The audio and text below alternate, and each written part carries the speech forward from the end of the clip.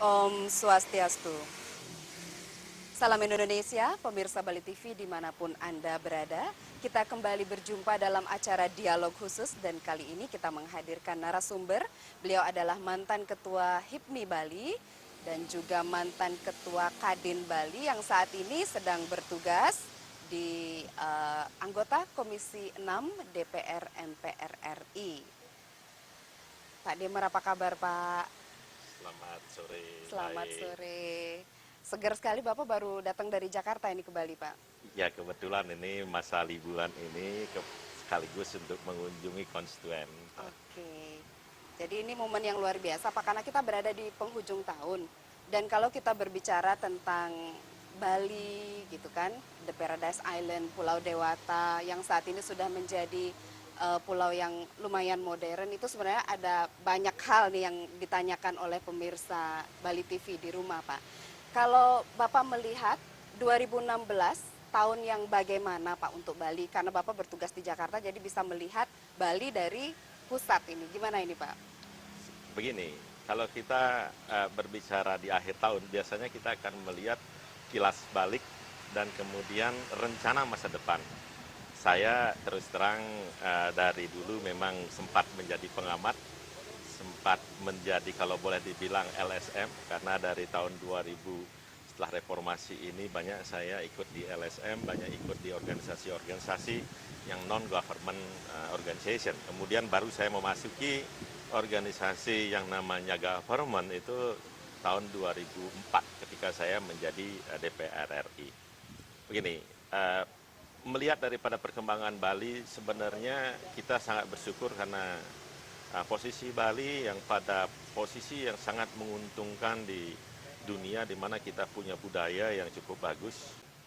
Untuk kita tidak melanggar aturan daripada otonomi tersebut, namun kita bisa melaksanakan grand design yang dimaksud baik itu infrastruktur. Infrastruktur artinya bagaimana pertumbuhan di antara kota ini berimbang, karena pertumbuhan yang tinggi di satu tempat tidak menarik. Artinya bahkan justru kalau di dalam ilmu sosial itu disebutkan kalau terlalu tinggi pertumbuhan kemudian tidak dibarengi dengan pemerataan dan pelaku baru, biasanya kalau tinggi pertumbuhan itu inflasinya tinggi. Inflasinya tinggi artinya harga-harga naik. Ketika harga-harga naik di suatu daerah tidak dibarengi dengan pelakunya itu orang Balinya sendiri, di sini disebut pemiskinan sebenarnya. Pemiskinan itu makanya saya juga tidak gembira kalau seandainya di selatan ini tinggi sekali pertumbuhannya. Pertumbuhan ekonomi. Padahal masyarakatnya juga tidak mampu untuk mengimbangi pendapatannya, tidak mampu mengimbangi inflasinya itu sendiri.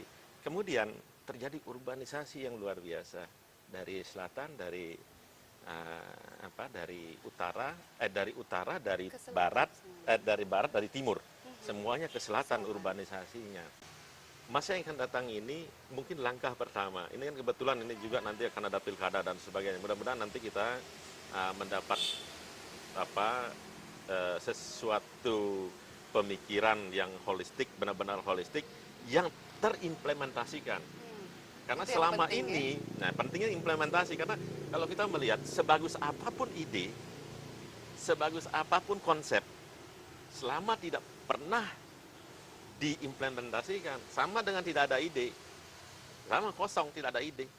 Ya lebih baik idenya lebih kecil, tapi terimplementasikan, aplikatif, tapi ketimbang tidak. Nah, ini kondisi yang ada. Tapi kalau saya melihat, semua orang tahu sebenarnya, kalau saya melihat dari para tokoh-tokoh itu, hampir semua sebahasa, satu grand design, pembangunan secara menyeluruh, holistik, berkesinambungan, ajak Bali. Ini hampir semua berbicara satu suara sebenarnya. Cuman bagaimana untuk mengimplementasikannya itu yang bisa menyesuaikan dengan undang-undang yang secara kita bernegara Republik Indonesia.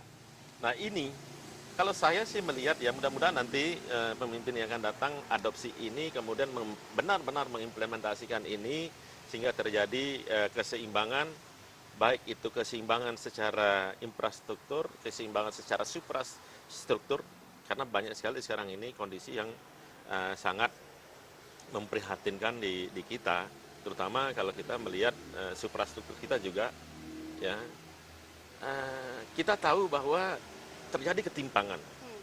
Ini saya rasa tinggal sebenarnya lagi selangkah saja ya, pembangunan kita, pembangunan pemerataan kita, membangunkan pelaku baru dengan cara pengembangan infrastruktur secara nyata, artinya infrastruktur jalan, air, listrik dan sebagainya. Di samping itu suprastrukturnya manusianya, aturan daripada aturan-aturan Pemda, aturan-aturan tidak tertulis, aturan-aturan yang bisa diperdakan di provinsi, dan komitmen-komitmen bersama yang dilakukan bupati dan wali kota bersama-sama nanti dengan tingkat gubernur untuk membenahi, untuk membuat kondisi di mana yang kita sebut grand design kita bisa berjalan, pembangunan kita bisa holistik, berkesinambungan, sehingga apa yang menjadi cita-cita kita Ajak Bali bisa tercapai. Oke, jadi kuncinya Bapak tetap sepakat bahwa memang Bali ini membutuhkan grand design, tetapi grand design yang aplikatif, yang benar-benar dilaksanakan oleh siapapun pemimpin ke depan, begitu Pak ya? Ya, karena selama ini saya lihat, kan saya ini di lapangan istilahnya, Iya. kalau dalam politik, di lapangan politik. Di lapangan politik dari 2002, saya sudah mengalami hal itu, bahwa pembicaraannya hampir mirip semuanya soal grand design, semuanya soal kesinambungan, tapi selama ini turunan yang sebenarnya dan diaplikasikannya itu belum Itu yang belum. terjadi. Turunannya sudah hampir, ya detail-detailnya sudah hampir banyak yang membicarakan, tapi pelaksanaannya yang masih kita belum terlaksana. Dan sebenarnya kalau saya boleh bilang, pemimpin masa depan siapapun yang memimpin, ya nikmat sekali sebenarnya kalau seandainya mengumpulkan tokoh-tokoh yang hebat-hebat, orang Bali yang hebat-hebat, ya, dan banyak. Saya bahkan kemarin ketemu orang Bali yang ahli di bidang planologi. Di Amerika, dia 25 tahun sudah di Amerika, ya. Dia adalah desain Putra Bali. mendesain beberapa kota di seluruh dunia. Wow. Di Amerika sekarang. Artinya apa? Ketika para tokoh-tokoh ini dikumpulkan, terus dia mempunyai pemikiran-pemikiran, dan sumbangannya saya yakin akan gratis diberikan, ya, kan gratis. Ketika sumbangan pemikiran ini secara holistik sudah terjadi dan berkesinambungan terjadi, pejabatnya tinggal mengerjakan. Melaksanakan. Nah, apa untungnya pejabat kalau melaksanakan itu?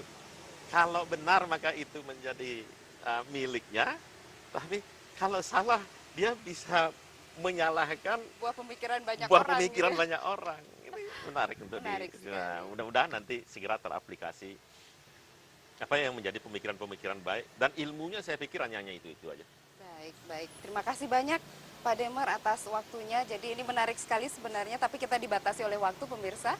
Jadi ini merupakan bincang-bincang jelang akhir tahun. Mudah-mudahan apa yang disampaikan tadi oleh Pak Demer bisa memberikan inspirasi sekaligus kekuatan baru, motivasi, pemikiran baru, wawasan baru untuk pemirsa untuk menyongsong 2017, sehingga bisa melakukan pembangunan Bali melalui pembangunan diri sendiri sesuai dengan bidang dan swadharma masing-masing, yang nantinya juga akan memberikan imbas positif kepada siapapun yang ada di lingkungan kita, sehingga Ajak Bali itu benar-benar bisa kita wujudkan bersama-sama. Baik pemirsa, demikian akhir dari dialog kami. Kami undur diri, kami tutup dengan para mesanti.